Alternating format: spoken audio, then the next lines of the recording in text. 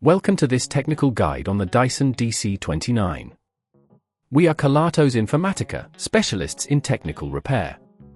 We collect your device from your doorstep, carry out a free diagnosis, and send you a quote before any repair. No phone calls, no trips to the shop. We are based at Calle Joaquín María López 26, Madrid. Convenient, transparent and professional. Link in the description. If your Dyson DC29 has lost suction, you might have noticed that it's not cleaning effectively anymore. This can happen due to a clogged filter, a blockage in the hose, or a worn-out motor. If left unfixed, it could lead to further damage, costing you more in the long run.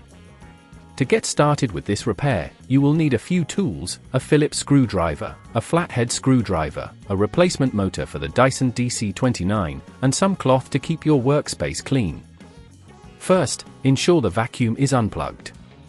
To open the Dyson DC29 safely, locate the screws on the top casing. Using your Phillips screwdriver, remove these screws carefully, keeping them in a safe place. Once the screws are out, gently lift the top casing off, taking care not to damage any clips. You will now see the internal components. The motor is typically located at the base of the vacuum. Look for any signs of wear or damage. If you're sure the motor is the issue, disconnect the cables attached to it. Make a note of where each cable connects for easier reassembly. To remove the motor, you will need to unscrew it from its mount. Pay attention to the type of screws used. These are usually small and may require a bit of force to loosen. If at this point you feel it's getting too tricky, remember that at Kelatos we collect your device from your door and return it fully repaired. Once the motor is free, take your new motor and carefully place it in the same position. Reattach the screws securely, ensuring not to over-tighten, as this could damage the new motor. Next, reconnect the cables according to your earlier notes.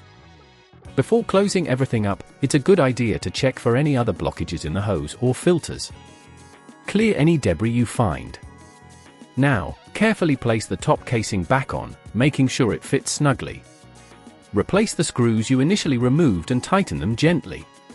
To verify that the vacuum works properly, plug it back in and test the suction. If all is well, you've successfully replaced the motor. To prevent this issue from occurring again, regularly clean the filters and check for blockages in the hose. Keeping an eye on these elements can help prolong the life of your Dyson. If you'd rather not risk damaging your device, at Kelatos we collect, repair and deliver back to your door anywhere in the UK. Link in the description.